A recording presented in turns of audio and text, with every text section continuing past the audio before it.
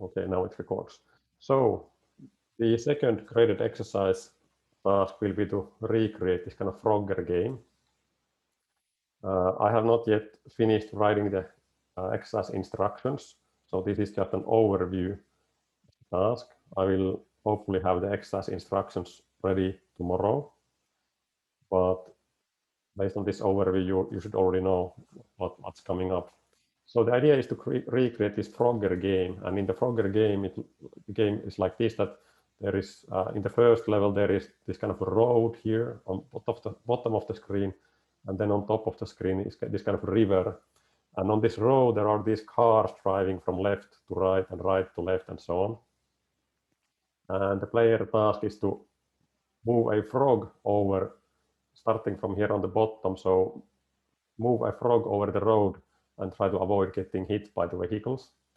And then here on the middle of the screen, this violet part is like a temporary safe zone. And then the next task is to jump over this river by going on top of these logs. And then I don't know what are these red things. Maybe there are some animals or something. But in any case, jump over the river with the frog by using these logs, which are also moving left and right. So here is a video. I don't know if the video shows to you when the game is played. Okay, here. So here you can see the frog moving. So the player controls the frog, and task is to move. And now there is the frog in the safe zone. That's now mission completed. Now there is a second frog going, and the task is to get the frogs to these slots here on top.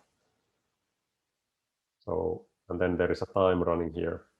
So this kind of game is what the goal is to create on for the second graded exercise.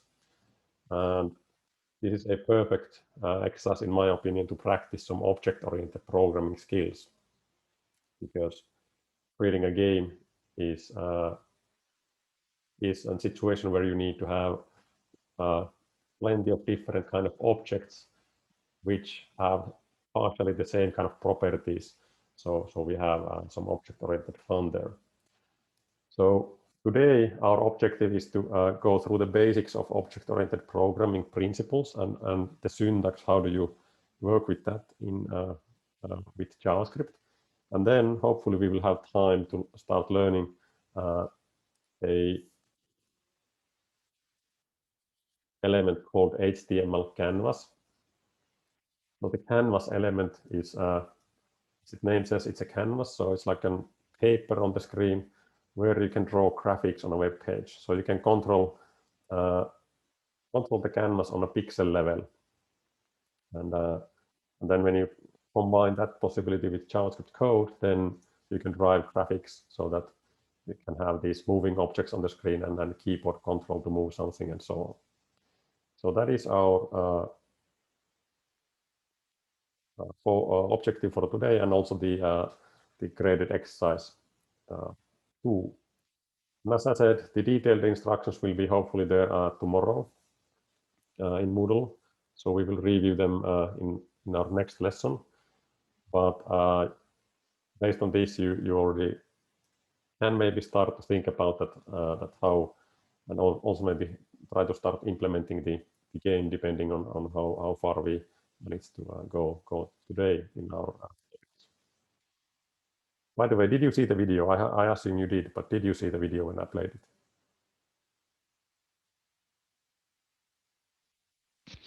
Yeah. Yeah, okay. Excellent.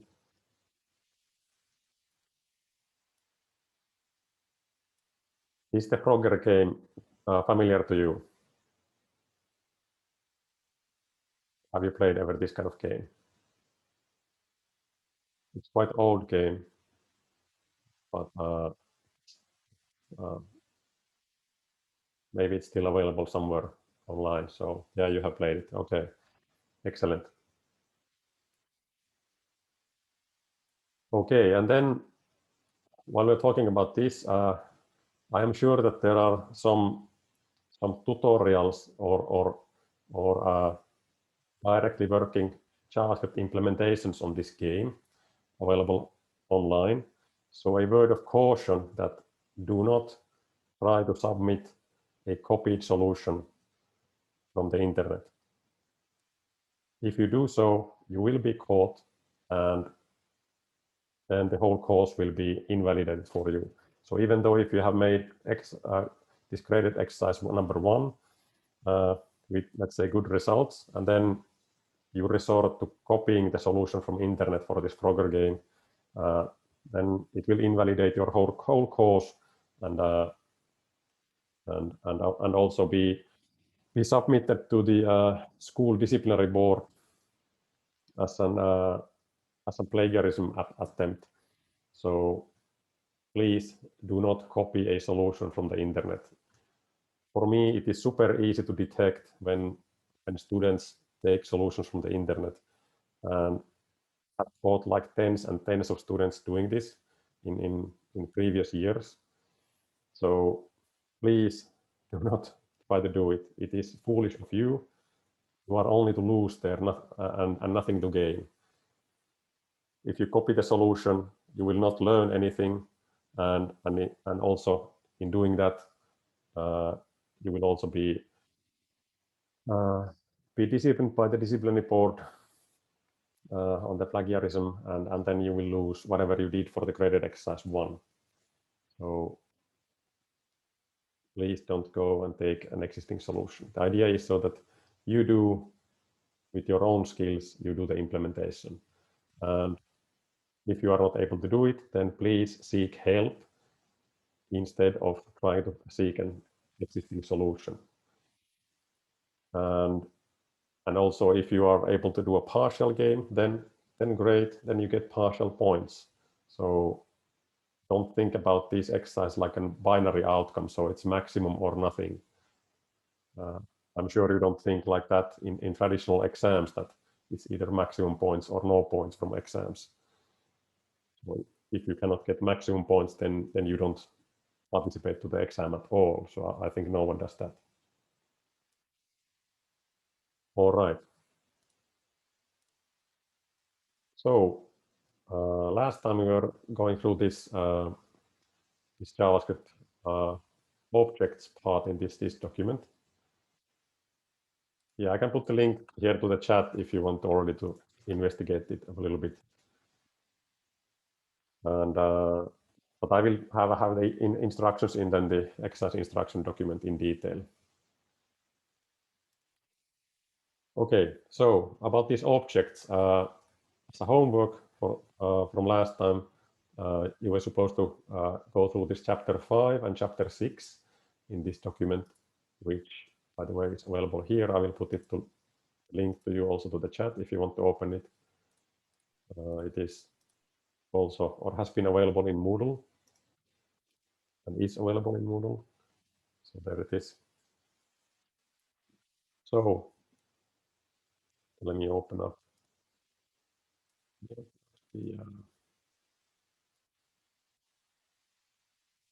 JS primer thing. You see some code. So last week we were doing exercises and work with this kind of creating objects in this way, so that we have these objects created with this JSON notation, JavaScript object notation, where we use these curly brackets, and then we assign these properties to these objects, and these properties can have values. And these values, they can be any of those primitive data types, like a number or Boolean, meaning true or false. It can also be undefined, it can be a string, and then these properties can also be arrays and other objects. And here is now an example of an other object being the value for this mother property. So this is what we did last week. So now there are also possible to create objects with functions, like seen here. And this can be seen here in this file. So now this is different from the previous one, that now we can easily create multiple objects of the same kind. And this kind of approach is called a constructor function. So this looks like a normal function. The only thing different here is that we are assigning these properties to an object which we are referring with the keyword this. So here we have an object which we are referring to with the keyword this, and this.type, this.speed, this.isQt. So this function is now a constructor function which can be used to construct an object of animal type. So we can create animals with these animal objects with these constructor functions.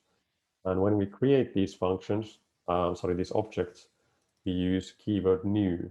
So when we call new and then the name of the constructor function, then we pass the parameters if there are no parameters defined. So for example, if we would have like this, no parameters defined, then we would call it like so. But in this case, we have these parameters. So we deliver some values. So now what happens is that this alligator will be here, the value for this type parameter. This slow will be the value of the speed parameter. This false will be the value of this isQt. So now these values will be assigned to this object, this alligator. This is now an object created with this constructor function. And here you can see we are calling the constructor function again with the new keyword. And now we are giving different kinds of parameters. And as a result, we have another object here, which we now refer with the dog. But now this variable alligator and variable dog, both of them are referring to objects, but they are different objects which they are referring to. And here we can see here is a simple for loop, for in loop, where we are printing the names of the properties and then the values of the properties. So let's see how it plays out.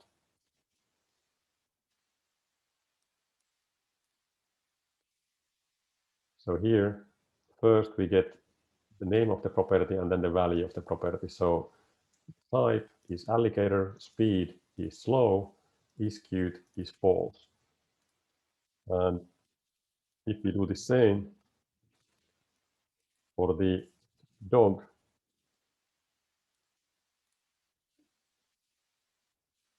now we can see that we have here, we are first printing out the information on the alligator object. No, sorry. Here is a reference. Incorrect reference. Okay, now. So we are printing here first information on the alligator object, and then here we are printing on the dog object. So the property names and then the values of those properties. So this kind of approach is good in a situation where you have similar kind of data structures with different values. So then you can use this constructor function to deal with creating that data structure and then just giving the values to there, and then you can use these objects easily. So, and then as we will soon see, is that these can have also methods which perform some operations on them based on the data contained by these objects. So this is a constructor function. So now here is then an exercise that, okay, create a car object definition and then create two instances of it. So an object instance, this instance is a term which is often used when we are talking about these different objects. And then here, one object for Audi and one for Mercedes. Okay, so how this would be solved is that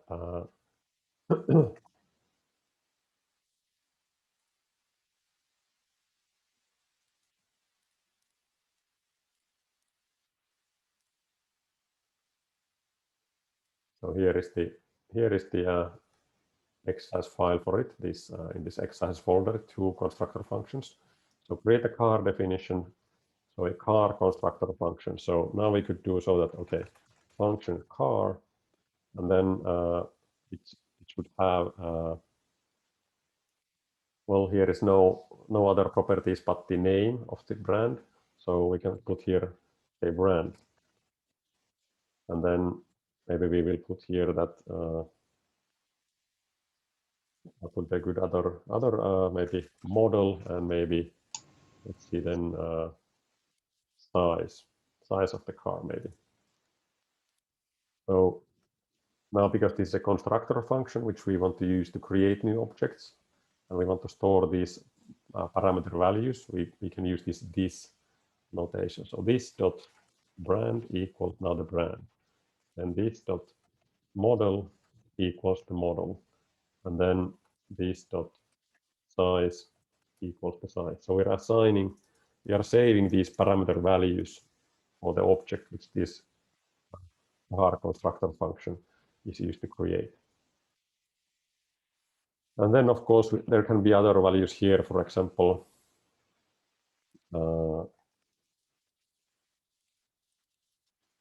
registration, and then this could be, let's say it's a fixed or based on some random numbers. So maybe here is ABC, and then we could have here some kind of random number. Let's see, math random. Let's see what does that give us. Then when we create now one Audi and now one Mercedes object, so car 1 is new car. Now we can give the brand. Okay, this is now maybe the Audi. Then the model, let's say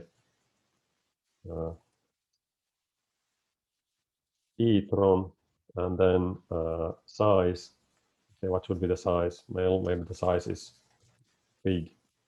I don't know. And then second car, new car, and then Mercedes. And let's use the same kind of string notation. Mercedes, and then let's see, EQC, and then yeah, this is also a big car. Okay, so now we have created 2 car objects with different values, and let's see what's the value of the registration. So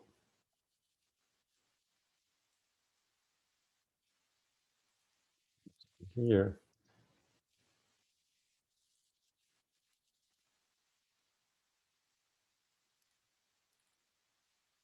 let's use these hard-coded values. So in car 1, and then E,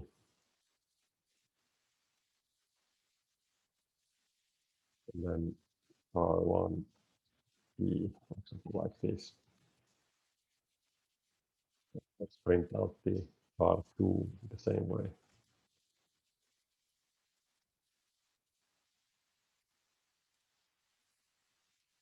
Okay, so here we would have one example solution for this task.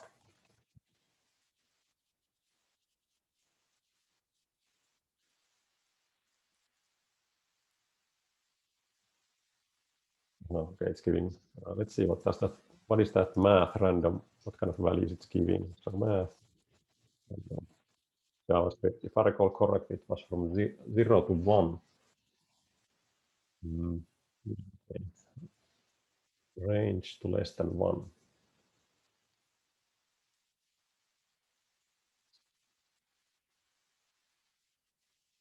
Okay, let's see if we put here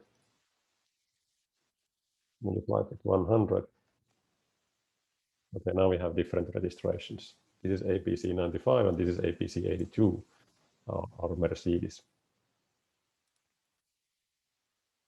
Okay, but here we are. Now we have 2 objects, car 1 and car 2. So this is the information on the car 1. This is information on the car 2.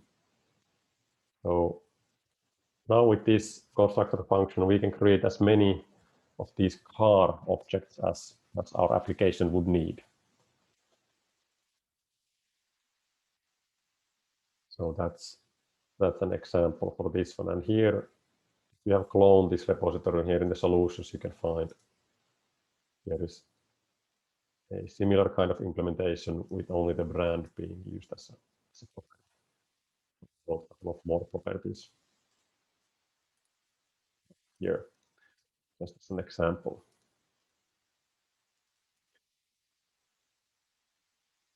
Okay, and then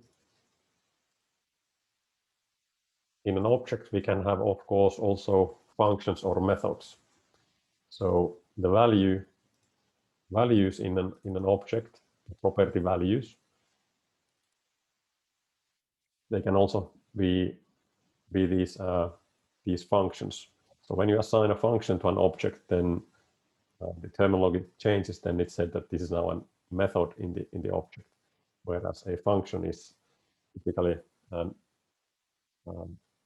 referred to be like this kind of standalone function.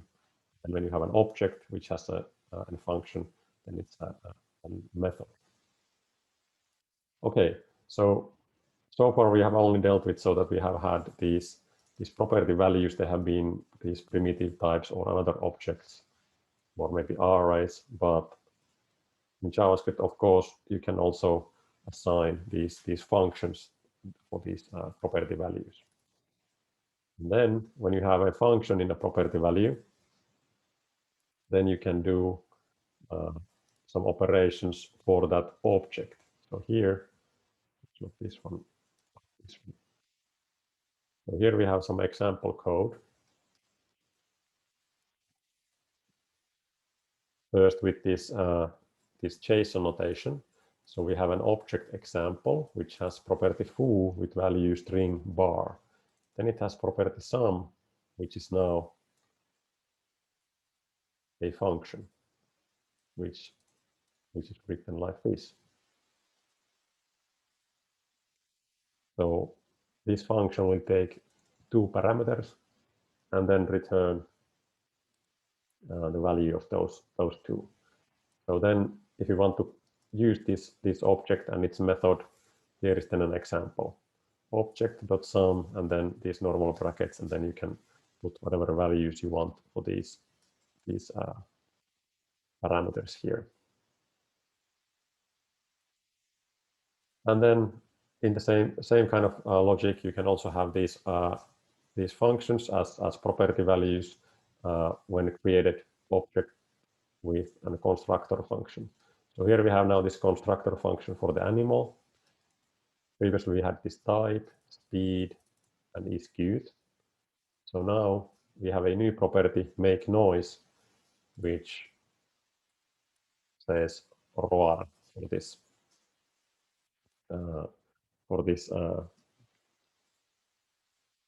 animal.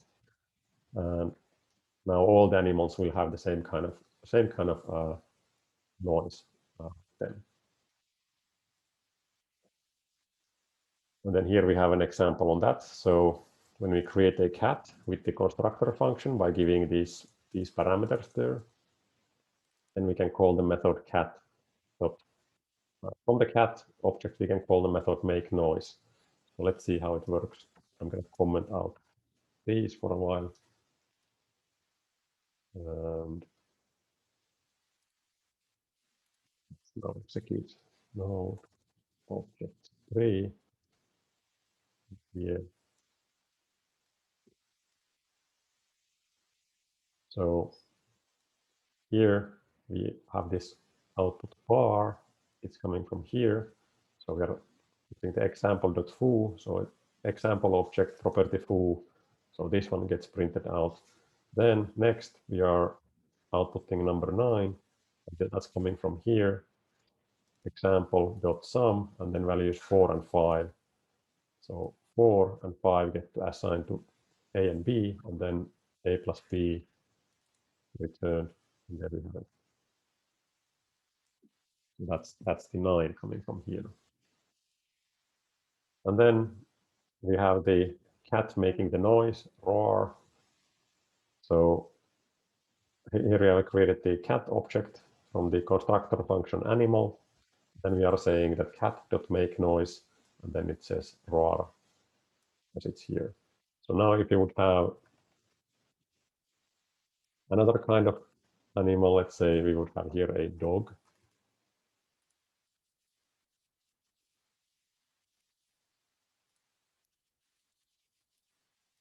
Both of them make the same kind of noise because both of them have the same kind of function implementation here.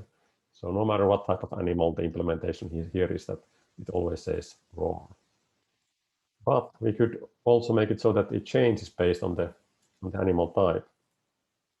So here we could have, let's make it so, for example, that we have a simple if statement. So if this dot type equals now a cat, then we say meow.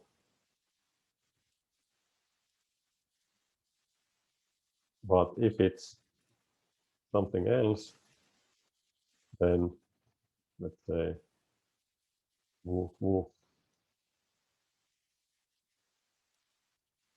So now these two objects should make different kinds of noises because the type in them is different. So the first one is a cat, the second one is a dog, so it should go here. Let's see. Yeah, so now the cat says meow and dog says woof woof. So this should be now an indication to you that, okay, when we call these methods, we can also access the method. When we call these methods, we can also access the other properties in the same object by using these keywords. And that's the same kind of, another kind of example is here. So let me comment out this one.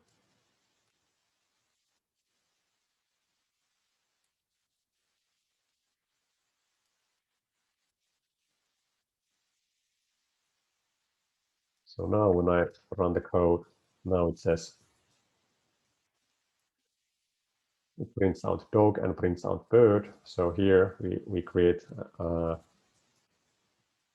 we have this constructor function, another animal. It takes only the type as parameter, and then it has the method print who am I, where we can print out the type of the animal.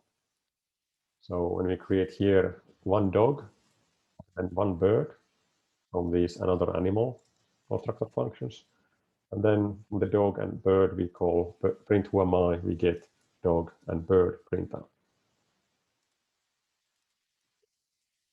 So now let's practice this a little bit so that you can do some programming on your own. Here is an exercise. Have you done this already? Since this was as your homework. If you have done it already, then we can just see the solution together. So what is the situation? For example, in the participant list, you can signal yes or no. So if I ask that, have you already solved this exercise, then can you please put the yes flag up to the participant list so I can see that it makes no sense to give 30 minutes of time to do it or 15 minutes if you have already done it. Joni, okay, there are 2 no's, 3 no's. This is the situation. Okay, 4 answers, 6, okay, not done. Okay, seems like that you have not done this. All right, in this case, I will give you 15 minutes of time to do it. So here, the task is to create a new car object. You can choose, are you going to create this one with the JSON, or will you do it with the constructor function? Both approaches are suitable for this one. So now this car object would have brand, registration, speed, and then you would have 2 methods, increase speed. When this is called, the speed of the car is increased by 5. And then you should have a display speed method, which should print out that the registration of this car and then what is its current speed. So if you have this JS primer repository already cloned,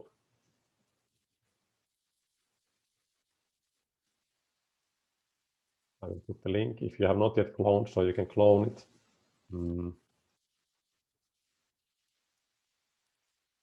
Here, I will put the link to the chat as well.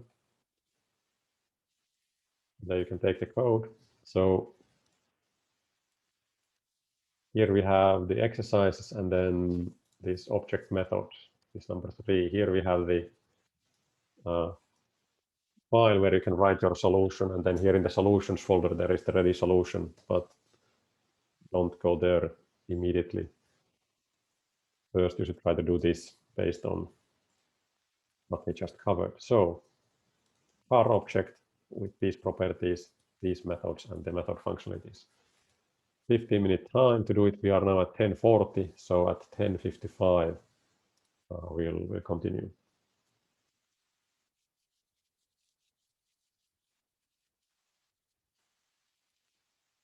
So this is the exercise.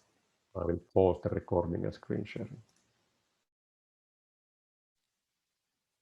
Okay, so this exercise with the car object and increase speed. Here we have the solution here. So here in this solution, it was made with the constructor function. So car with the brand and registration. Then here, as you can see, the speed is initialized to be 0 in the beginning. Then we have the increase speed and display speed method. And in the increase speed, function executes this dot speed and then added by 5. So plus equals means that take the current value of this one and then have this, that, and then assign it back to here. Okay, display speed, it just prints out the registration here and then the speed value. So now here when we create 2 cars, for example, Volvo and BMW. For the BMW, we call display speed, increase speed, and then display speed. So you can see that the speed actually increases. So now objects, exercises, solutions, and 3. Here ABC 1, 2, 3 car, that's the BMW. First speed is 0. Then the next printout, the speed is 5. So here it was 0. Then we increase the speed by 5. And we print it out again. Now that it's displayed to be 5, whereas the Volvo speed remains at 0 because we have not increased it. So that's the default initial value. What do you think about this? Do you have any question?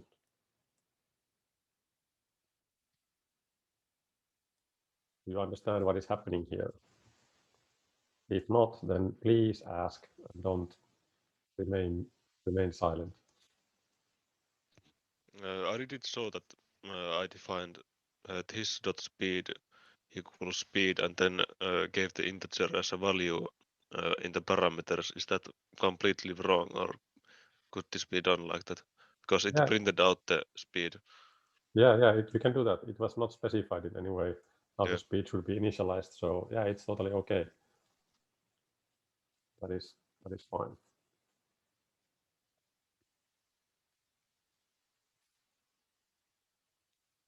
So here the key thing to understand is that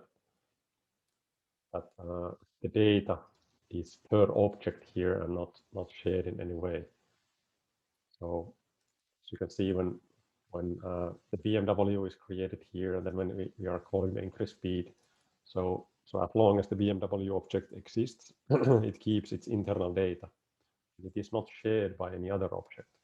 So it is owned by the BMW object, so to say, and therefore you can access it later on at any time or modify it or use it at any time later on in your code.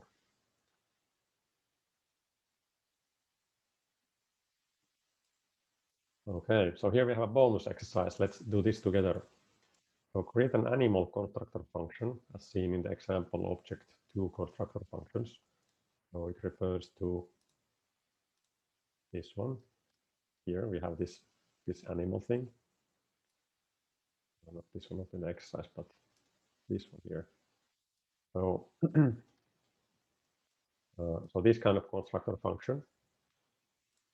Then it says that add property called strength, and then create a function called battle, which is used to battle another animal given a parameter to the function. Each animal object should have a battle function in it. Then the battle function should use the strength properties to decide which animal wins the battle. Bigger is better. And then add a small random factor to the battle so that it's not a comparison where which animal has a greater strength. Okay, let's do this one. There is no existing solution for this bonus exercise. So let's put it here.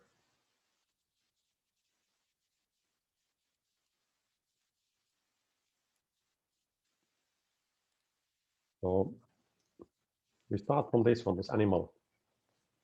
Now the task was to add this strength there as well. So we'll add it to be as property here. Then the task was to create a function battle,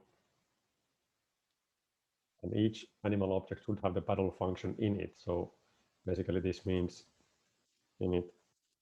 So it should be a method of the animal. So here the idea is that we have a method for the battle function, or method called battle, I mean. So this, and then battle equals now a function, then something shall be done with it. How could we now battle another animal here? So compare the strength of two animals. So here we have the strength of this animal, but how could we compare our strength and do battle with another animal? Any ideas?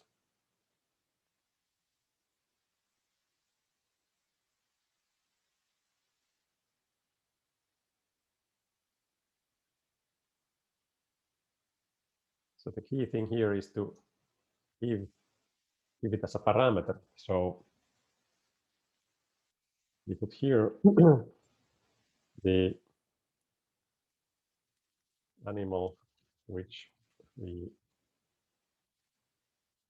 are doing battle with. So here is the animal which we are doing battle with. So now, if we do a simple comparison, we would say that if this strength is greater than the animal we are doing better with strength,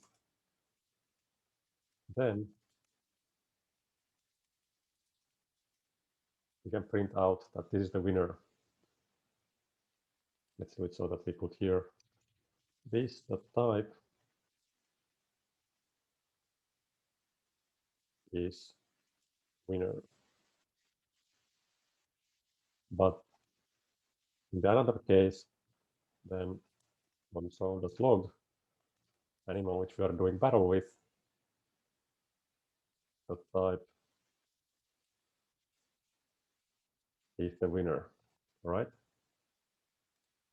So now if we create two animal objects, so let's, for example,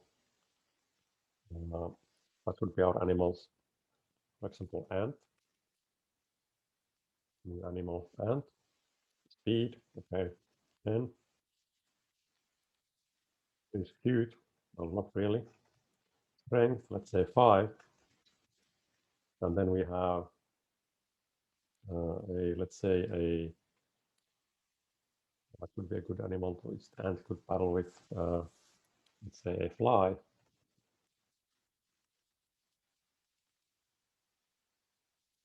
And fly is really fast, even though we are not taking the speed into account in our battle.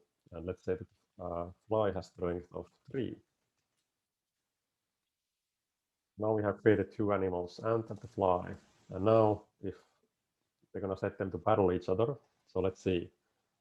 Ant battle the fly.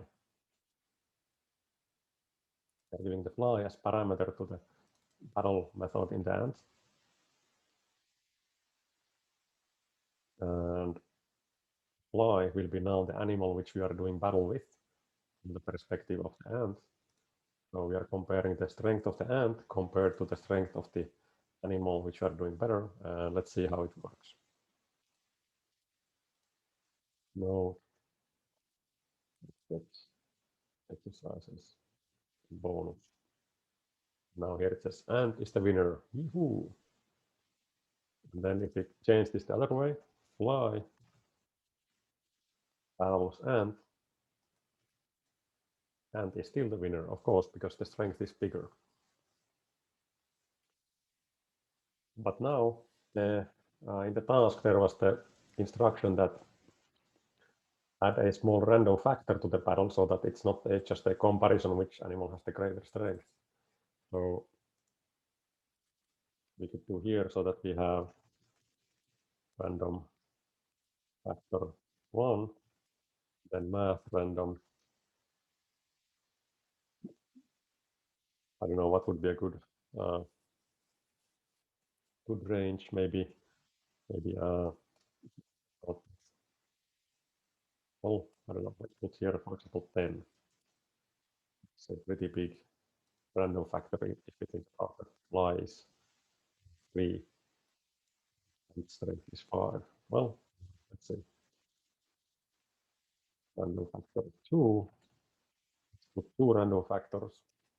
So, and then we can do here that this dot strength plus random factor 1 is if it's bigger than the animal which you're doing battle with random factor 2.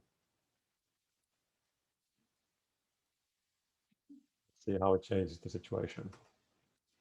Ant is the winner, ant is the winner. Is it ant always? Oh, there's a fly is a winner. Let's make so that we have a tournament of 10 rounds. So for let I 10 rounds I plus plus. And fly will battle the ant for 10 rounds. Let's see how it goes. Well, fly is winner 1 times. Most of the situations the ant wins. Now in this case the fly up its game. Now it's won quite many times. As you can see now we have a little bit random factor there.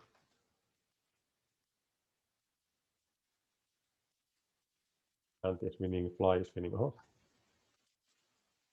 ant is winning maybe the most of the time. Yeah, well, it is more stronger than the fly. But every now and then, the fly has a good day and it managed to win the ant. Most of the times, I think the ant is winning. Yeah, here almost everyone. Everyone. Yeah.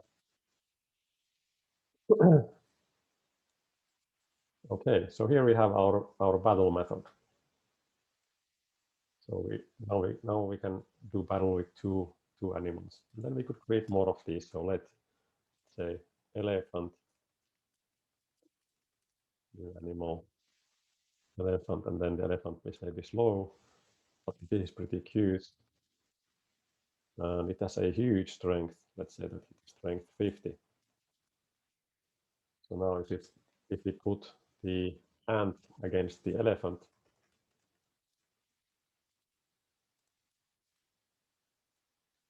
yeah, ant has no chance. Elephant is totally out of it in its own class. Now random factor which goes from 0 to 10, it is not enough to change the outcome since the elephant strength is always 50. Let's see if we put that if elephant strength is 20. Now there should be a chance for the ant, I think. No, it's always the same. Oh yeah, okay, because it's plus. Yeah, we could have maybe random factor. Is it plus or minus? We could randomize also that.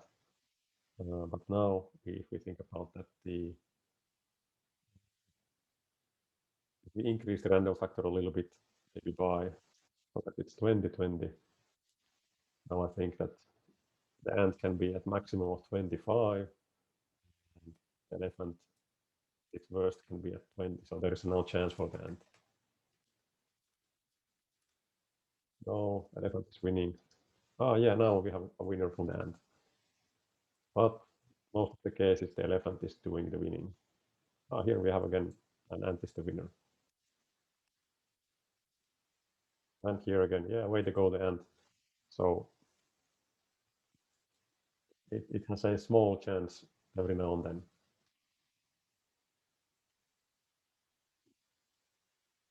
So we can give an object here and parameter, and then as you can see, in the parameter we can access the properties of the object. Like we have done here and here, and then we can have some fun with it.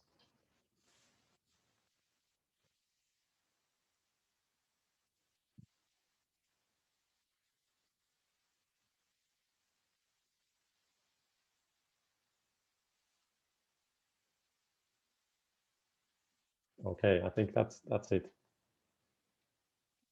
Animal battle. We could create a small game out of this.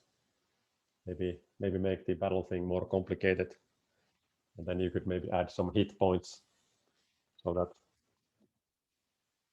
each battle would result maybe in some decrease in the hit points. And then when there are multiple rounds, yeah, then the hit points would be decreased based on who wins each round. And then you could maybe have a whole team of these different animals, which you then somehow pit against each other. So if you see that there is now the opponent has a, let's say, a butterfly, so then which is a really fast but not so strong, so then you could put something equally fast to the game if you would have the speed also here as a factor in the battle. So you could do something like that, for example.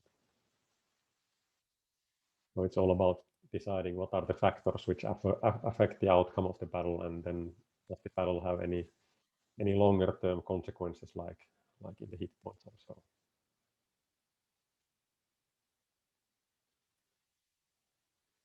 Do you have any questions about this? What is going on?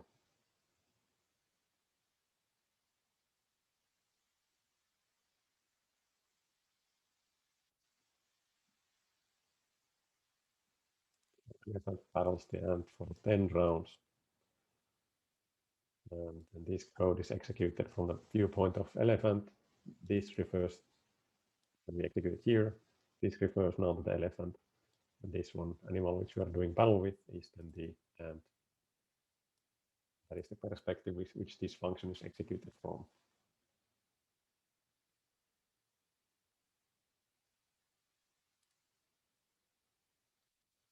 Okay, no question. I assume that it's then crystal clear.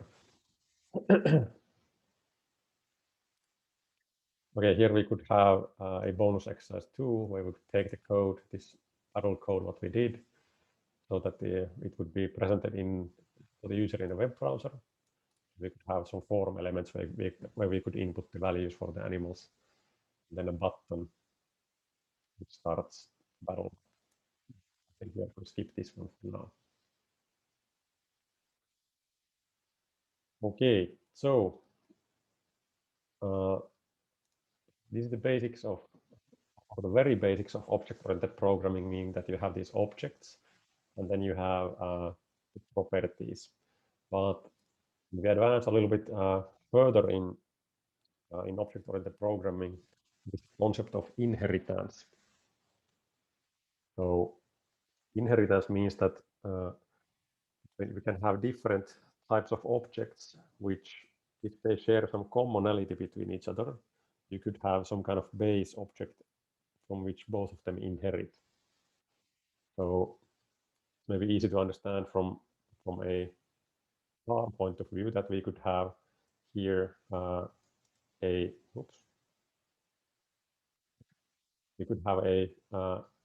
car object with a different syntax. Let's talk about that in soon. But we could have, for example, a car object, and then we could create specialized cars. Like we could have maybe a race car, and we could have maybe a truck, and then we could maybe have an off-road car. So all of those, they are cars. They have same basic properties. They are vehicles which maybe humans can drive. They have wheels, not necessarily the same amount of wheels. For example, a truck can have more wheels than a normal car, but still both of them are cars. They have maybe some sort of engines which use either maybe an internal combustion engine or maybe electric motors these days. And then they have some sort of energy, maybe in the form of gasoline or diesel, or then maybe in some kind of battery stored electricity or something. But in any case, all of those, let's say, they have some common properties, like that they can be driven, they can take humans inside, they have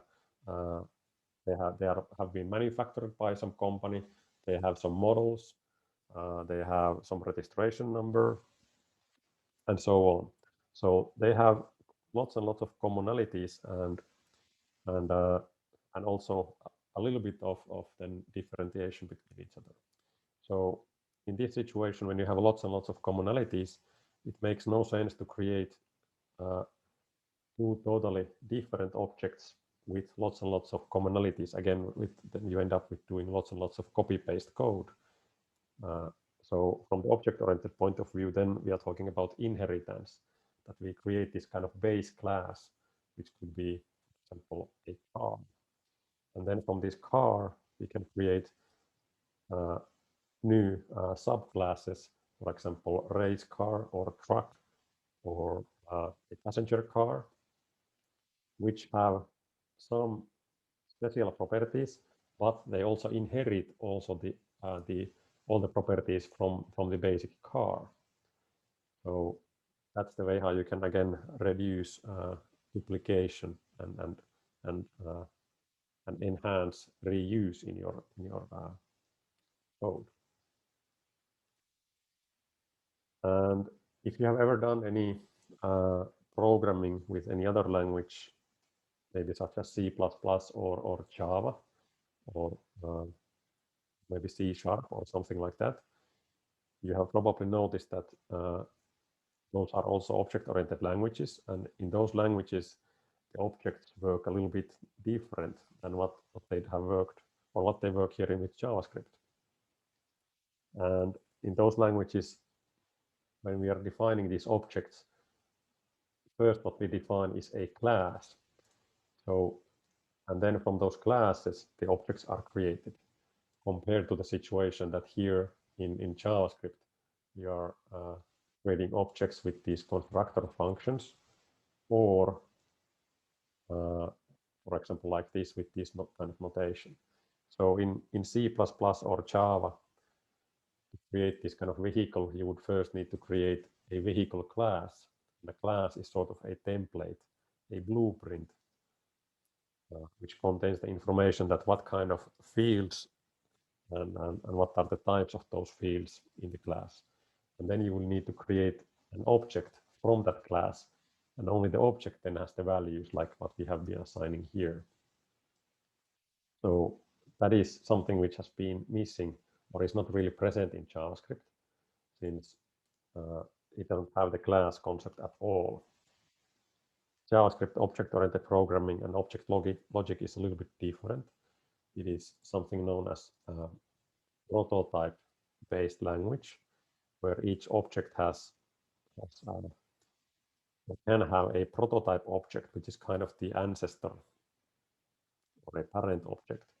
And then the child objects, they can inherit properties and methods from these ancestor objects, these prototype objects.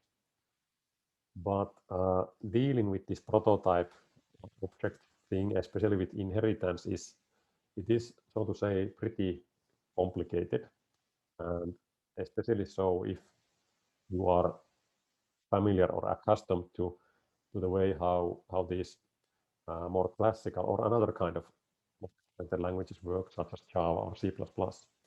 So if you have experience with Java or C++, then jumping to JavaScript, to this prototype-based language, it can be quite confusing. And this has been recognized widely, and for that reason, in addition which came about 5 years ago to the language specification, there was added now this kind of syntax that you can define these classes.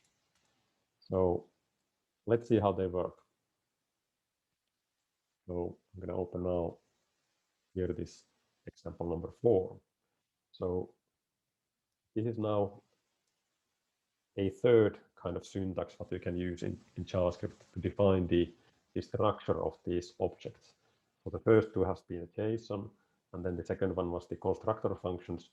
Now this is the third one, the most newest one, is class syntax. So here we are declaring this class with the name car, and then we have a special name called constructor. So now you can see the constructor function here looks pretty much the same kind of constructor function as what we had previously, with the exception that any of the methods that we define for the object, they are no longer defined as properties inside the constructor function, but they are written this kind of syntax. So this means that increase speed is now a method in this class car. Display speed is a method in this class car.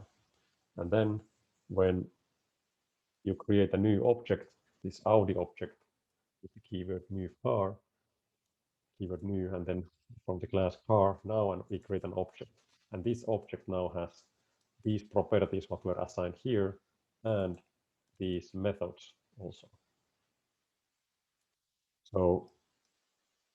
So this is now a yet another kind of way to create these objects. But the bonus here is that then with this class we can do also inheritance quite easily. Let's see that is here. So here, this file number 5, inheritance, we have here the same kind of basic car, the same what we were just looking. It has the brand, registration, and speed. Then it has the increase speed, we increase by 5. Display speed, we display the registration and then the speed. So we can create these basic cars like so. But then if we need to have a specialized subtype or subclass of this car, we can declare it like so. Now we have a class of race car, which is extending this car. And extending now means that we take all the things in this car and then we add some. So this race car has all the same things what this car has, but then it can define some of its own, such as, for example, you can see here in this constructor function, we have now added a new property called, or parameter called type. Previously, we had only brand and registration. We have now type. This is something what the plain old car, which does not have. Race car has a type. And then race car has also a method called make noise. This is something what the car does not have. The race car can make noise, vroom vroom. Then race car has also this increase speed, which is now a method of the same name as what the car had. But here we are overloading the method with the same name, which basically means that we are replacing the implementation of the increase speed in the car with this implementation. And as you can see, the race car is going faster. It's accelerating faster than the normal car. Normal car here was increasing speed by 5. The race car is increasing speed by 10. So this is a specialized version of the car. It's a race car. So now we can see if we write this, execute this one. So objects are inheritance. So here in the beginning we have this car class. Then we create this Audi with the registration 123. And we have display speed, increase speed, display speed. So first, the speed of ABC 123, the normal car is 0. Then after we had executed increase speed once, speed is now 5.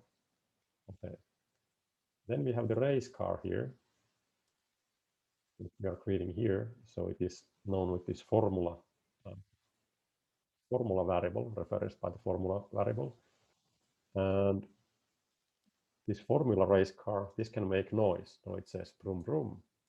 And then we have the same sequence, display speed, increase speed, display speed.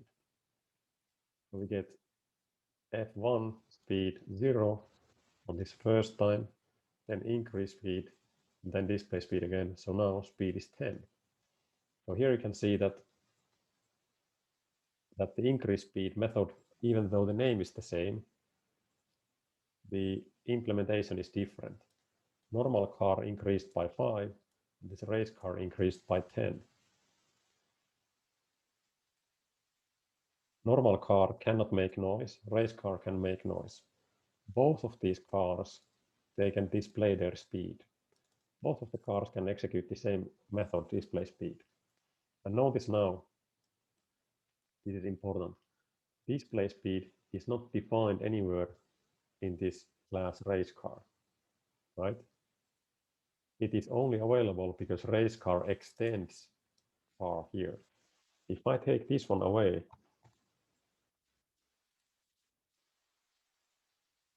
now we get problem with the super as well. I'll talk about that soon. Now you say, now it says display speed is not a function. So display speed has not been defined in this class race car. But when the race car extends the car, it has everything what the car has, and then plus then these what you have defined here. And then you might have noticed that there is this super here in the constructor. This now means that because here in our constructor we can initialize some variables and we can give some parameters like we do here. It means that because we are now extending the car, which also has a constructor, which has some properties. So to get these initialized, and here we are initializing the speed to be 0 by default. So to get the constructor of the car, which we are extending, initialized properly, we need to execute the constructor function. And that is exactly what this super does. So super means that you are now executing the constructor of this one. So we're executing by super, we are executing this one. Therefore, we are putting the brand and registration as parameters to the super because brand and registration were the required parameters for the constructor function of the car class.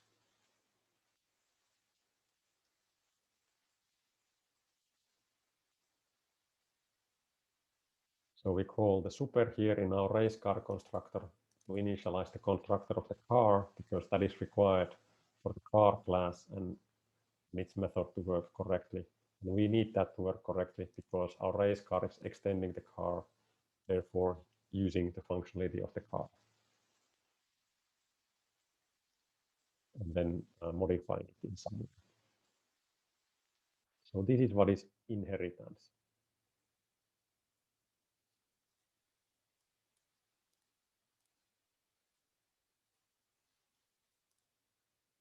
Okay, now we have an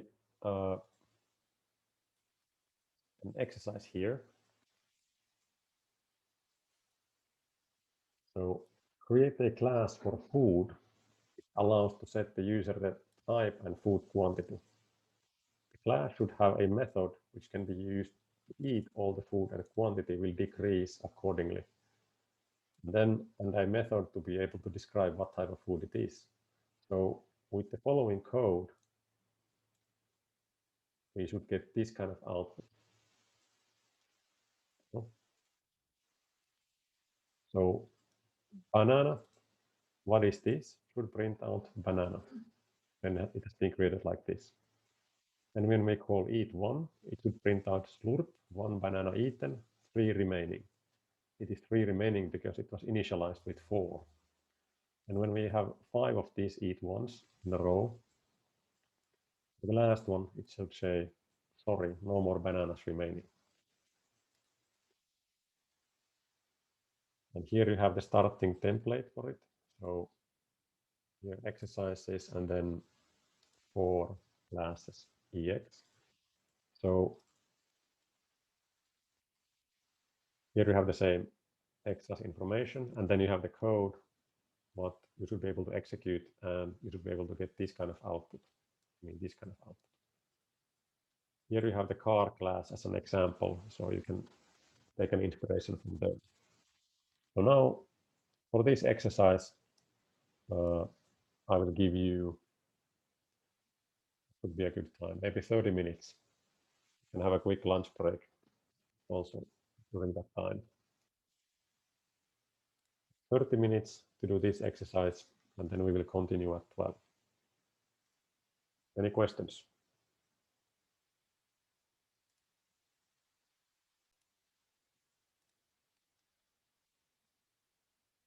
Okay, let's continue. Did you manage to do the solution for this exercise where we were able to create this banana food object and then eat them up and get then this kind of output? So if you think about how to implement this, then here is an example of this car in the bottom. So that's how to adapt from there.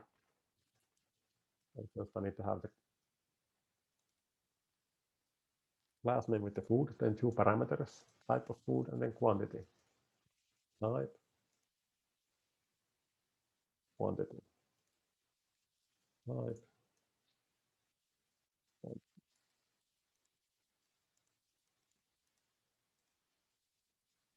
Okay, now I have the constructor working, so this line. Then there's supposed to be this kind of method. What is this?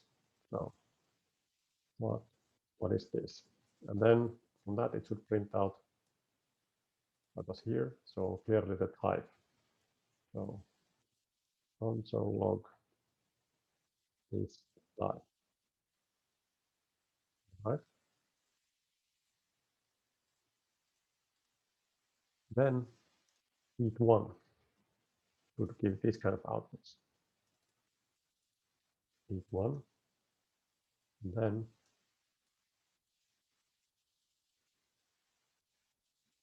log and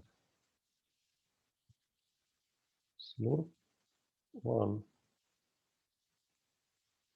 is type eaten. Then this quantity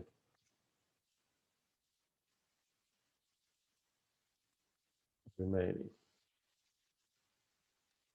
Then when we have this code here, it's like try to run it.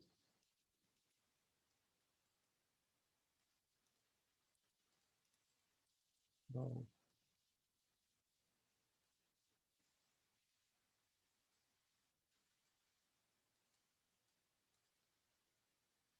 Okay, something is wrong. It says 4 remaining all the time. So clearly we need to eat 1 here. Decrease the amount. Yes, so it should first decrease 1. This quantity minus minus. Okay, 3, 2, 1, 0 remaining. Now minus 1 remaining. It's a type. So this was not supposed to be printed out, but the idea was here that, sorry, no more bananas remaining. So what we should do here is that if this quantity equals 0, then we will print out sorry, no more this type remaining. And then we finish this method by returning outside. Let's see. Okay, now it works. First print out banana, then slurp one banana eaten, and then sorry, no more bananas eaten. And if you see very carefully here, it says that okay, this is in with a capital B, and here it's supposed to be with a small lowercase b. So we can fix that. You see out the string methods. We have here, I think we have a two lowercase here. So we can convert all our methods to lower strings to lowercase, to lowercase. So I can go here and this type to lowercase, to lowercase.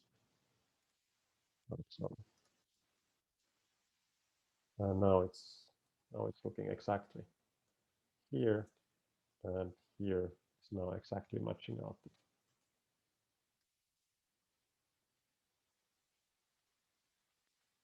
Okay.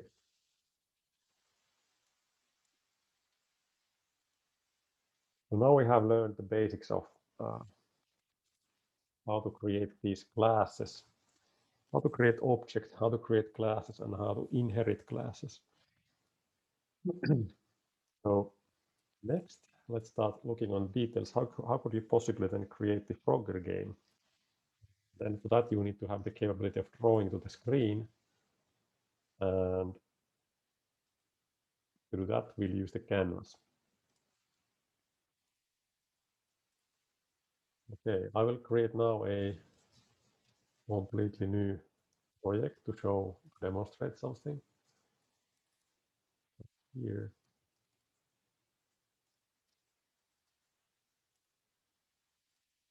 Folder, and then this is, let's say, okay, but I'm going to do it actually. I've got for the folder, which is this object-oriented browser programming. So I can easily then share the work with you. So here, DOM, now I'm going to create here a new folder, free canvas. Oh.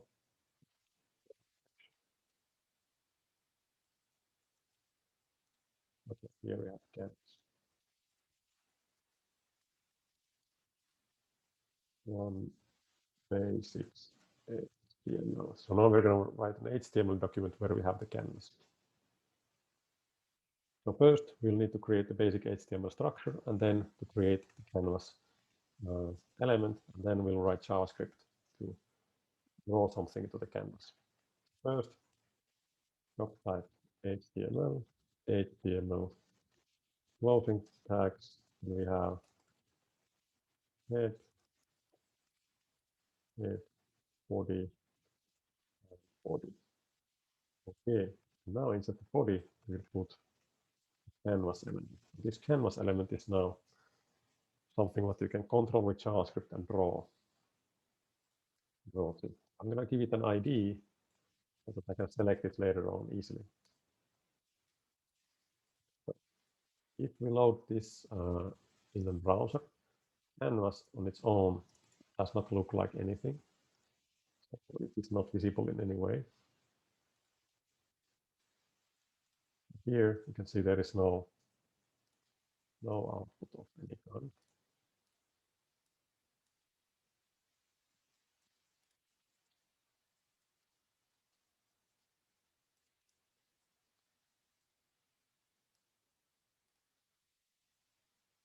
Okay.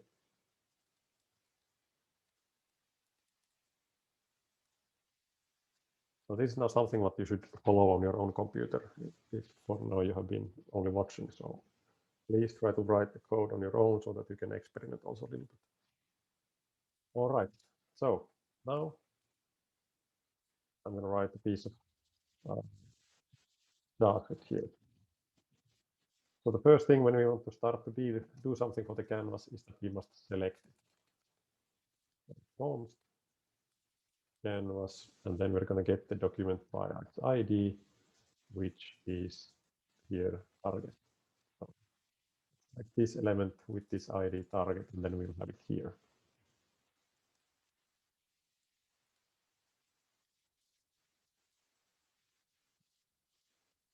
Then what we need to do is that to be able to draw this, we need to access something called as the drawing context. So I'm going to name this context equals now, and this is suggesting canvas get context 2D. Yes. Now this is the one where we have now different kind of drawing methods available. So let's draw something here. So for example, what should we draw? Maybe we will draw a line. Let's see. So context. It is suggesting here clear rect. We could clear something. We could clear a drawing area, a rectangle. But let's draw a line. So when we draw a line, we need to define the starting coordinate and the finish coordinate. Now on the canvas, the coordinate system works like so that here on top left, we have the origo, where we have x0 and y0. It's like this. So here we have x, and here we have y. So this is the coordinate system here, what we're going to be using. And when we want to draw a line, we'll need to give information that where the line shall start. So there is a function called move to. Now we can say that move to, let's say 100, 100, 100x, 100 on the y. So that is where our drawing shall start. Context, and then line to from there to here, let's say 200, 200. So it shall be a diagonal line. And then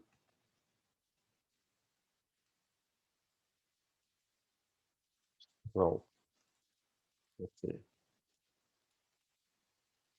And there we have. So we are at line 100. If we take this to x is 0, y is 100. Change like this. If x is 100 and y is 0, there. So this is the starting point what we are starting from. We can also have it from anywhere we want. And now it's not fitting probably anymore. What is the size of our canvas? Yeah, we have quite a small canvas here. We should set the canvas width. So let's do it here in the JavaScript. So canvas width equals. Now what we're going to do is that we're going to take the window, something called inner width, and canvas height equals window inner height. Now we will have a big canvas here. You can see it gives us these scrolling bars because this body has small margin in the CSS. So there is 8-pixel margin. We should delete that. Here, so CSS styling, body margin 0.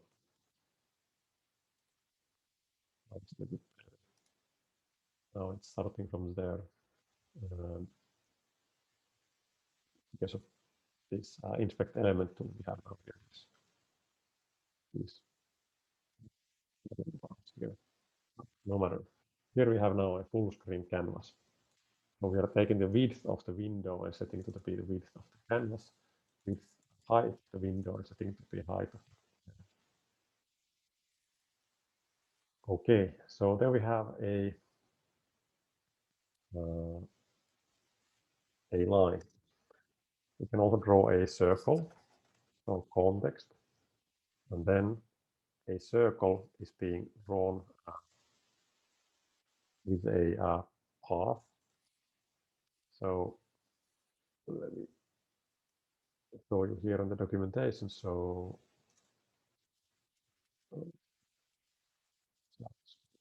canvas arc. So we'll be using this kind of arc method. So there is an example on the arc. So arc gives us quite a lot of these parameters. So here we have, okay, I don't remember, let's see, x and y, center of the circle. And the third parameter is the radius, and then the fourth parameter is the starting angle, and then the end angle, radians. So it works like this. Let's see what we can do. Okay. So the code example was here, begin path, begin path, context, and then arc. Now we have the 5 or 6 parameters. Here we have the first the center location. So let's put 50 and 50. Then was it radius? Yeah, radius. Let's put 30. And then comes the starting angle. So the angle starts here on this position. Then we can declare that the half and pi is here, 1 pi is here, 1.5 pi is here. Then we can also declare this that we can do it counterclockwise. So normally drawing is on a clockwise manner. We can also start from counterclockwise. Okay, let's try. Let's start from 0 and then do, for example, to half pi. Half pi. So, and then here it says use the stroke or fill method to actually draw the arc on the canvas. So it's from stroke, context, draw, like so. Let's see what happens. There we have our 1/4 arc. If we change this end target 1 pi, it should be now half a circle, right? Like so, and then 2 pi is the full circle. We could also, let's see with the, now we are doing the stroke, if we do fill, now we can fill it. We can also say context fill style, and then put some CSS-like color definitions here, and have it as a red, for example.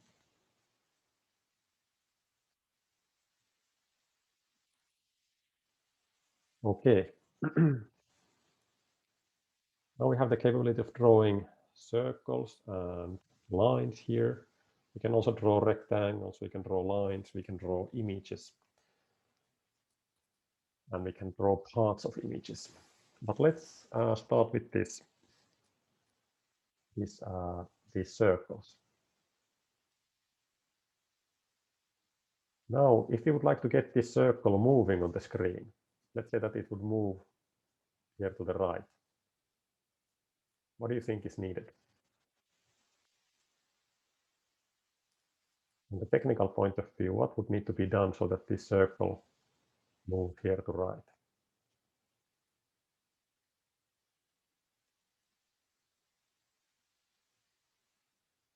Well, we can try. Start it here, x coordinate to 55. Reload. Now it's moved a little bit. X coordinate to 60, like so. 70, like so. 80, like so. Okay. Could I do this in a for loop, for example? What do you think? Will it move then? Or what is the result if I put here a for loop? Let's say 100.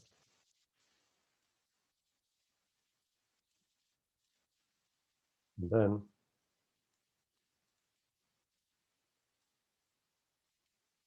if it's here, 50 plus I. What do you think is the outcome from this? You can see, looks like that.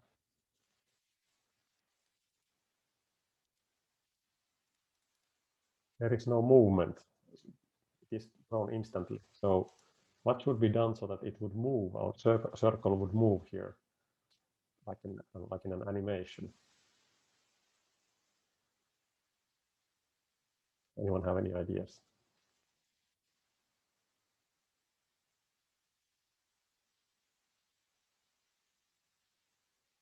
Does anyone play computer games?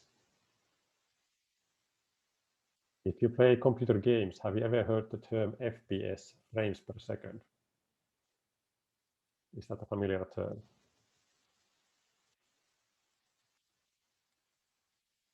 What does the frames per second, what does it mean?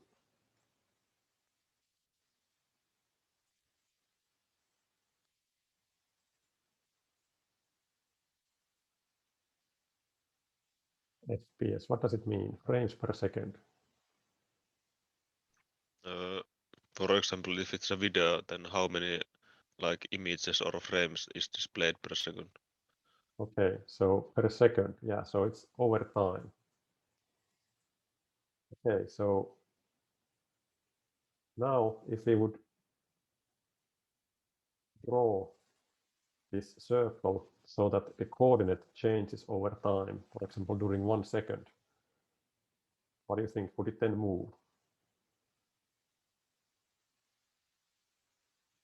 If, for example, we update the circle location 60 times per second, and every update we, for example, update it by, like we do here, by 1. Do you think it would move then on the screen? It would, and we're going to do exactly that. So what we're going to do is that we're going to write a small function here. Let's say update screen here, and let's put this one inside here. Now what we're going to do is that we're going to call this function. We're going to call this function on every frame update, so to say. So if we want to have 60 frames per second, we're going to be calling this function 60 times per second. And okay, we're going to modify this a little bit, but the idea is so that with this we're going to be drawing. And we are not going to have here the for loop. We're going to be drawing the circle, and I'm going to declare here the I so that it starts from 0. And then once we have done this, we will add the I by 1. We are using the I here to add to the coordinate. All right. So now we could use a function called setInterval, which would use a JavaScript timer to do the update. That will work, but it will give you a slightly it's kind of stuttering result, so that the movement is not so smooth. It is because this timer in the browser is not coordinated with the cycle in which the browser is drawing the screen actually. So what we are going to be using is that we call a request animation, and it's request animation frame. So in JavaScript there is, and in browsers there is this kind of method called window request animation frame. So we're going to be calling it from the window. The window is now the object, what the global object, what the browser is offering to us. So a request animation frame, and then we'll give a callback function, that which function to execute when the screen frame is being updated. So please call execute update screen. So this one will be updated. And then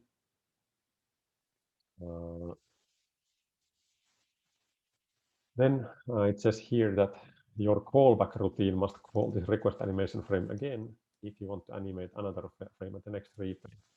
So request animation frame is one shot. So we will get one screen update when we do this. So if you want to do it over and over again, we will need to do here at the end of this update screen. Call it again. So window request animation frame and update screen. Okay. So now here we have a function. We call request animation frame that please call our function when next time when you are drawing the screen. This will be executed. We will draw our arc or circle, and then we will again request a new animation frame that, hey browser, next time when you are drawing the screen, please call our function again. Update screen. So this one will be called again. So next time when the browser draws the screen, it will do this again and then do this. So it's in a drawing loop. Okay. Now let's see the situation. Now we have some movement on the screen, but it's drawing this kind of very long line. What is missing here?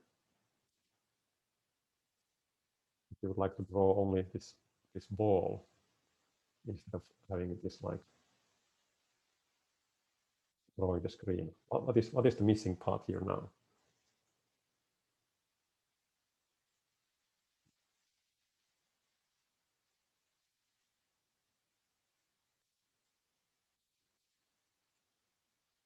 Any ideas?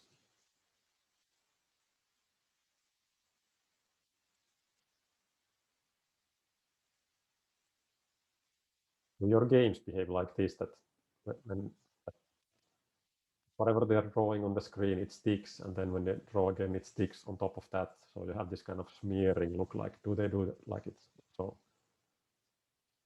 Or how is the drawing working there?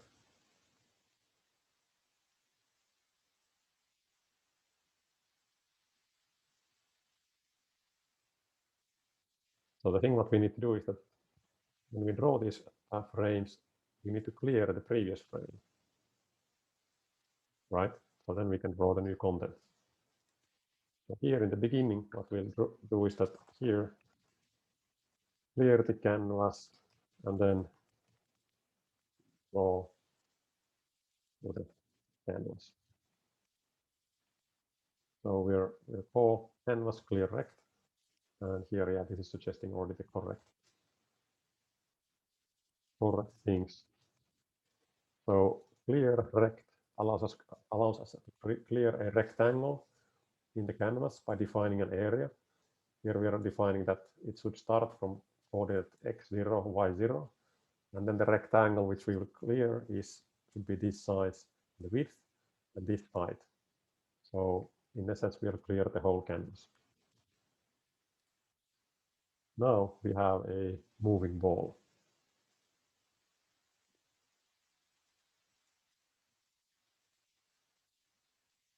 Where did our line go? Why is not the line showing anymore?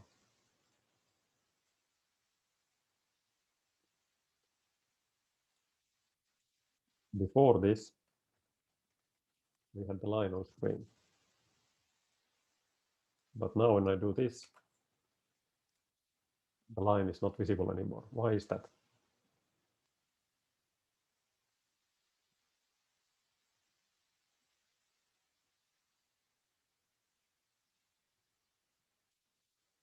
Okay, Joni Kuukasjärvi, you have been here, so do you know why the line is not being visible anymore?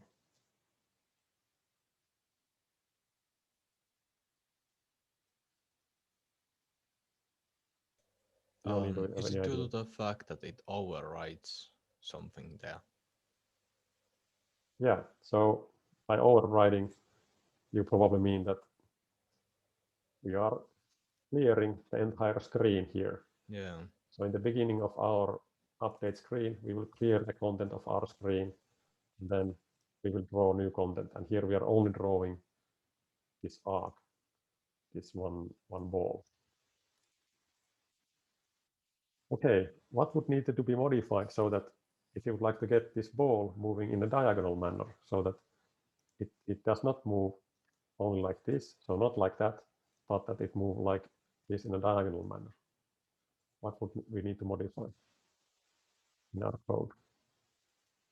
You need to add plus I also to the y-axis. Yes. So let's do that. Like so. Now it's moving on the diagonal size.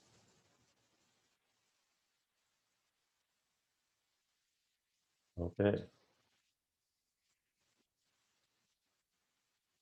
Now you can see that I'm gonna increase the speed a little bit. So let's do it so that I have here its speed. Let's say it's 10, and then what I'm gonna do for the I is that I'm gonna multiply it by this 10, the 10 by the speed.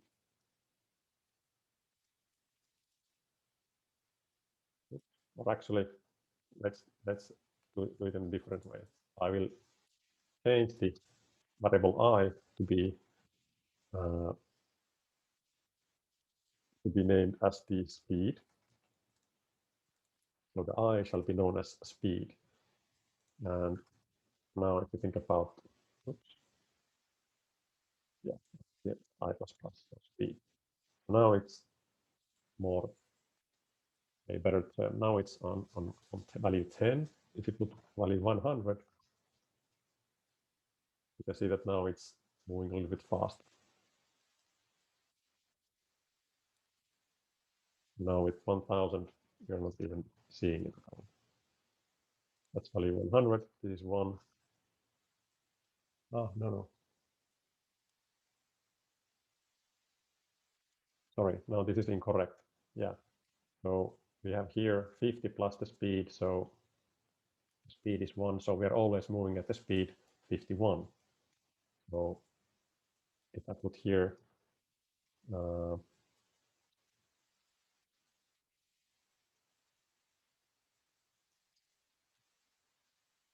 like so, so then this does not really change that much.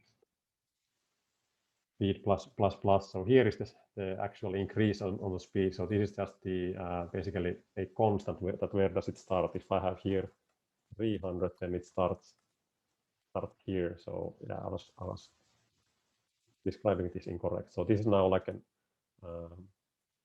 constant at where to start, and then here we're always adding this by one more. So the speed is always the same. So this is actually now a constant where to start. It doesn't affect the speed in any way. So if I have the speed here at 0, then we start there at coordinate 50 and 50, and then we'll start adding one by one to it. Okay, if we would like to increase the speed which this moves, what would we need to do?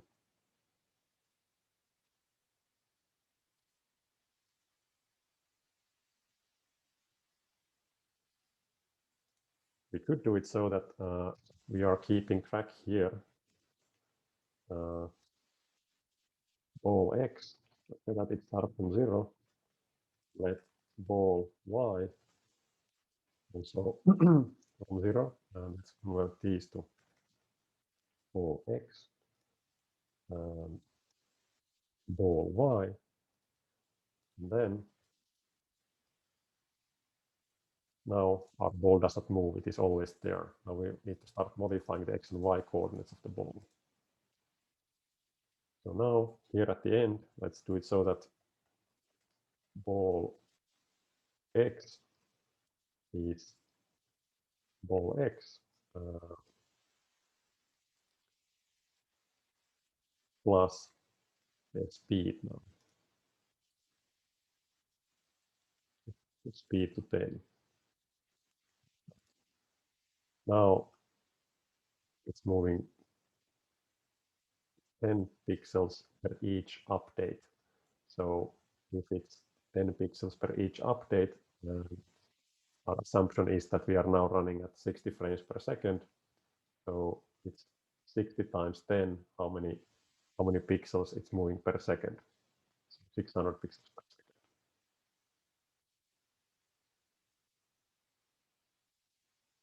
if that is the case on the update speed. Let's talk about that soon, but let's do it here on ball y, same thing that we are now ball y plus speed. Now we have the diagonal movement as well. Now if we change here the speed from 10 to 1, now it's moving in a slower manner. 5, now it's moving a little bit faster. So we are modifying the coordinates, x and y coordinates of the ball.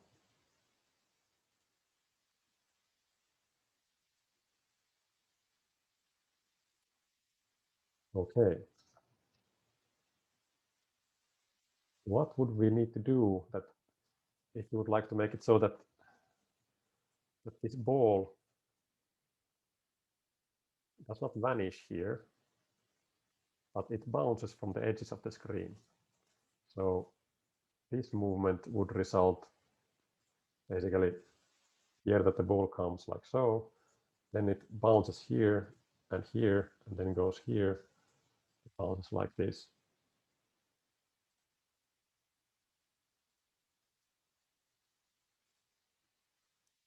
So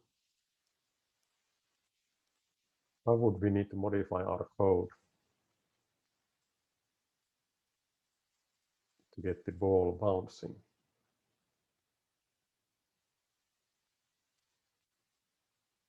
Think about but in one axis direction first. So, for example, here in the y-axis, what needs to happen if we would like to get the ball to bounce back up?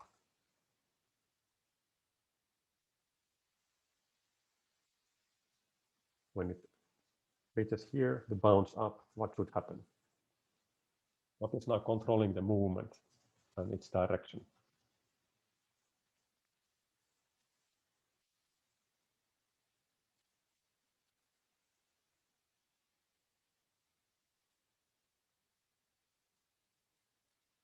Well, we can experiment a little bit.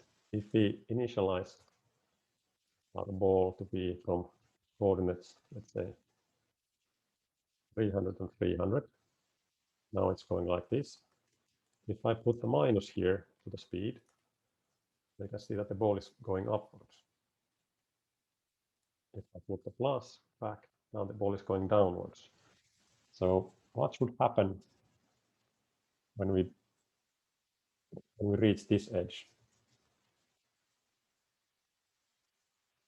If we want to get the ball bouncing up from here from the bottom edge, what should happen?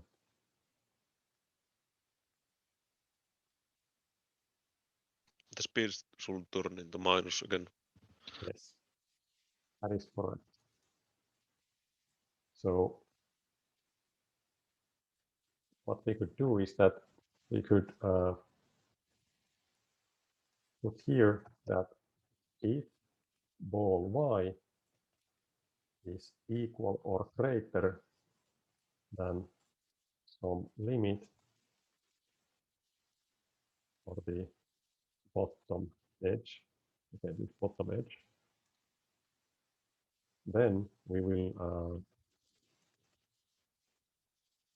in fact go with the negative speed, but then in another case we will go with the positive speed. What should be this bottom edge value? What are we comparing against?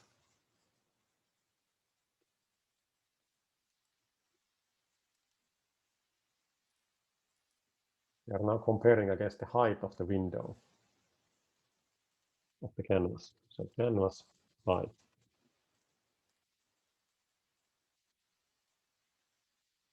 Okay. Now it's doing like this. Why is this? Ball y equal or greater than canvas width, then it should be minus speed else plus speed. We can debug this. See that why is this happening?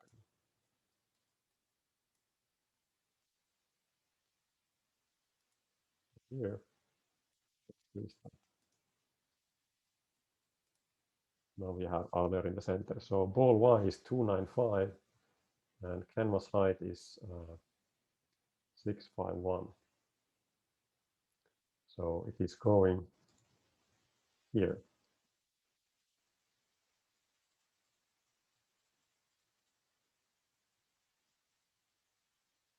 If this is equal or greater than this, it will go here. Why is it doing actually this? It's just try this. Did I have the wrong operator? I forgot.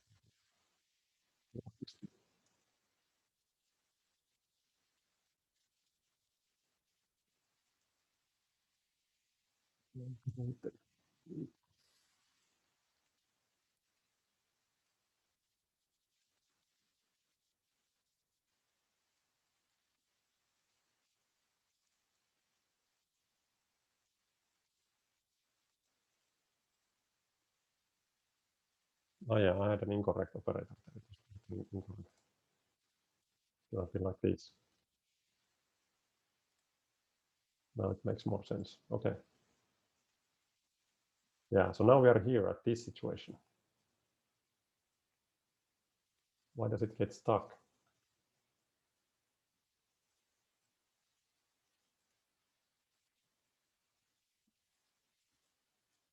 Something happens obviously now when we are there at the bottom. But what is happening? Why is it getting stuck there?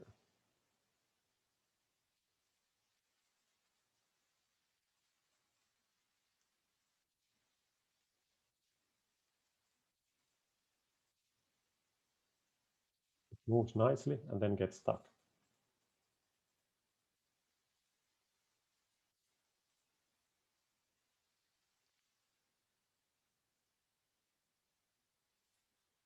What is the problem?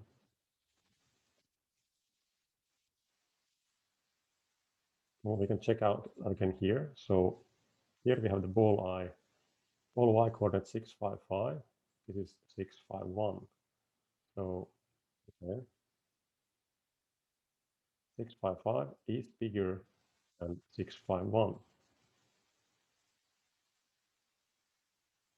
So we can go here. So it's minus. So 655 minus 5. So this will become 650. Okay.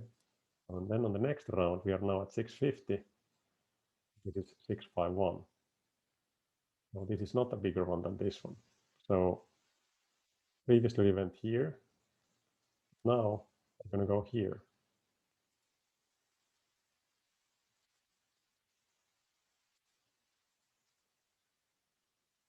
So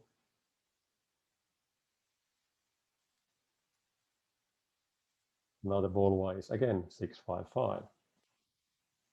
So what to do to get this out of this situation?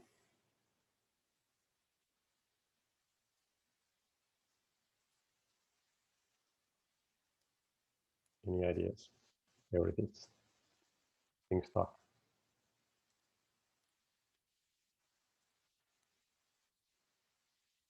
How could we fix the situation?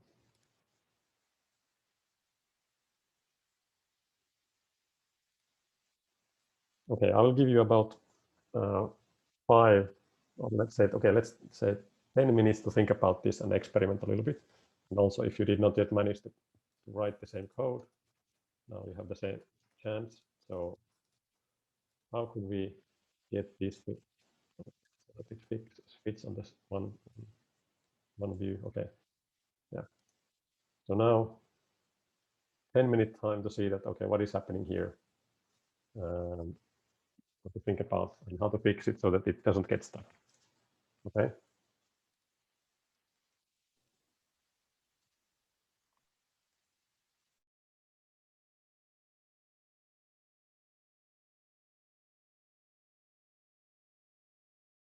Okay, did you manage to find out the solution? How to stop the ball from stucking there and keeping bouncing back and forwards?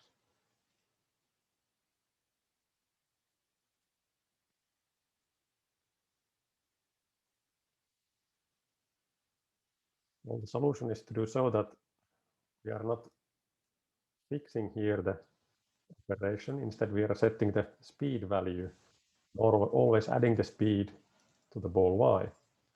So what we would do so that ball y is always ball y plus speed.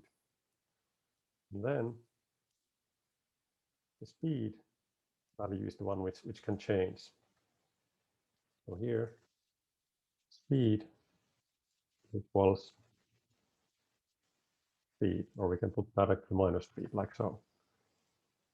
So in the beginning, speed is 5, so we will be adding here. Then when we reach this one, then the speed will turn negative.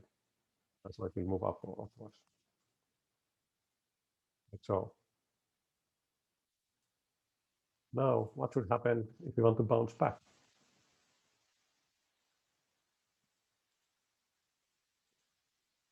If we want to bounce from the top back down.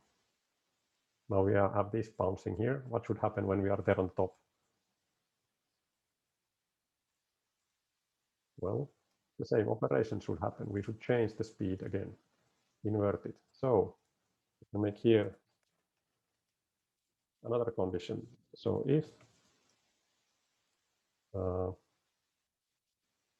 or the ball y is smaller than or equal than 0, it bounces there and there. Now we have a ball bouncing here forever.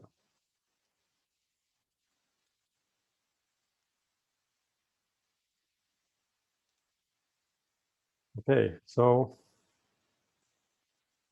now if you think about that, if you would like to have more of these balls, if you would like to have, let's say, a second ball or 10 or 1,000 balls, a second ball could be, let's say, that we could do it like this. We could copy here maybe. We could copy this code. This is ball 1, and then we could have here ball 2 like this, but then we would need to double these as well. Maybe the speed can be the same. So this could be then ball 2 y. Let's put it in a different location. And then ball 2, we would need to have here ball 2, ball 2, ball 2, ball 2, ball 2, ball 2. Like so. Now we have, yeah, we have now the speed is the same. So actually the speed needs to be the same as well because we are controlling. So this is the speed to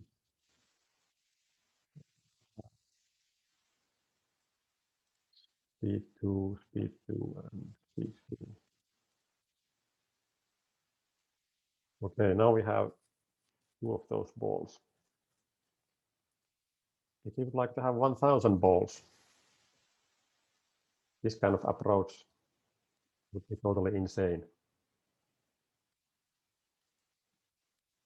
Now, objects to the rescue. Let's write a class, a ball class. Class ball and start x, start y, and then speed. Then constructor, oops, using the incorrect syntax. Constructor, and here we have now the parameters. So we put this x equals start x, this y equals start y, and then this speed equals speed. Then we would have here update, and then we would have draw. Now here in the method update, we would do these coordinate things. These things. So when we update the ball, we go this y,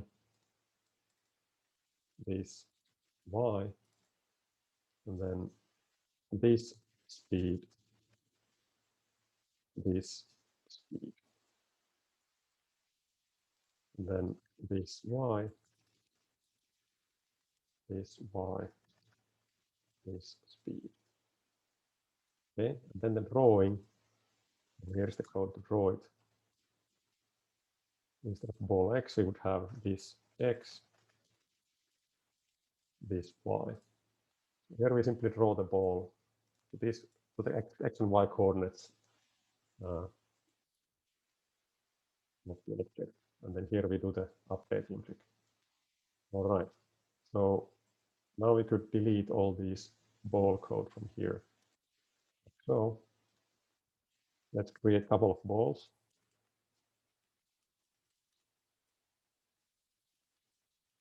New ball.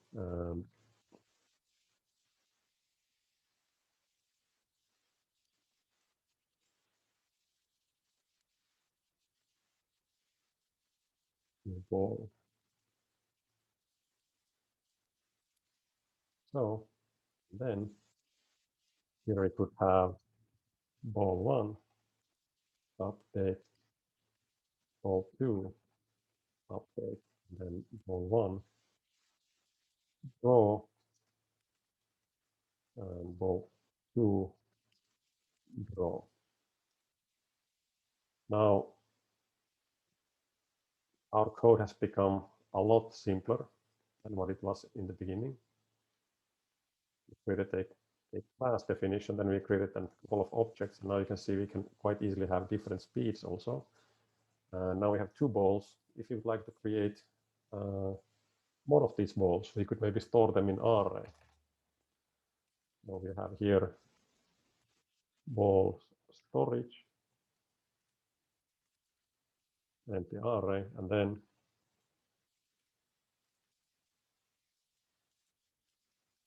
example 500 balls shall be created. So ball storage push. We create a new ball here with x being then all the same speeds. Like this. No longer we need these.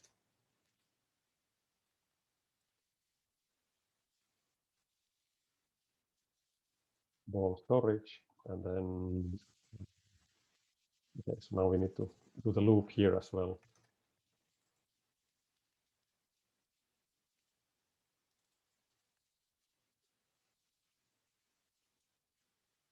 Like this. And then ball storage. Why we do now here update, and then we do the draw. So now we have all the balls in our storage in our array. Ball storage. Push is a method which we can use to add new elements. Here we add a new element. So a new ball will be added to this array. We can create 500 of these balls. Initial x coordinate will be the same as the index number, so we will have lots and lots of balls sideways. Let's see how it looks like. That seems to be a bug yet. Now we have 500 balls side by side. It looks a little bit strange. Maybe we'll add some. Let's try to do so like. Now it looks a bit strange. Now we have those 500 balls moving in quite different speeds. They go all to the from speeds from 0 to 500. That's too much. Maybe I will decrease this to 50.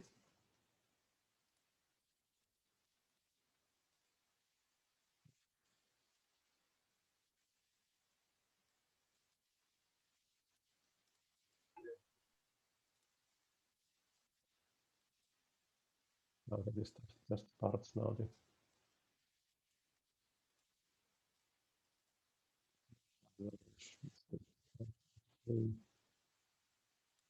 More.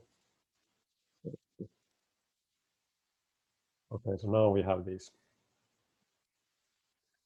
50 balls, or we can have 5 balls here moving. Let's do different speeds to them a little bit more. Yeah, like this. We can have 25 balls. We can have 25,000 balls. And now the screen is not, it's really slow on my computer.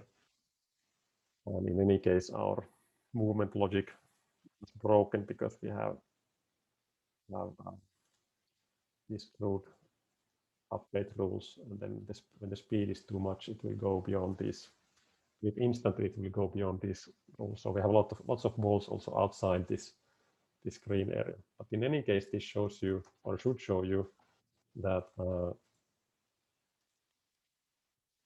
when we have these objects, we can easily control a lot of game objects in a quite easy manner, since all of those objects will keep their internal state. So if you compare this to the previous situation where we were copying these code here in the update screen for each ball and then keeping track of the variables individually, so it makes no sense. Makes no sense in this way. Okay. So this was a short introduction to the canvas element. We will continue from here next class. The next class we have, is it on Thursday, if I recall correctly? Yeah, on Thursday. So today you still have time to do the peer reviews for the graded exercise 1. So that should be done if you have not yet done it. And then I suggest that you play around a little bit with the canvas to get a little bit experience with it. Maybe try to make these, you can take this code, I will put this to GitHub. You can maybe try to draw these to be boxes, for example. Or what you could do is that you could try to add also so that these balls are moving, bouncing also from the sideways, so that not just on the vertical axis, but also on the horizontal axis, so that they would move and bounce in all different ways. So that's it. We'll continue on Thursday and keep on learning new things about the canvas and how to actually create a game with the canvas and JavaScript. Does anyone have any questions now about what we did here?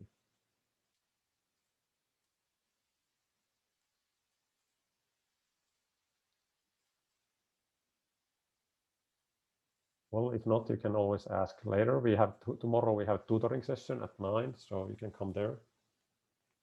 And then we can discuss if you have any questions. But yeah, that's it for today. Wish you a nice day and see you on Thursday.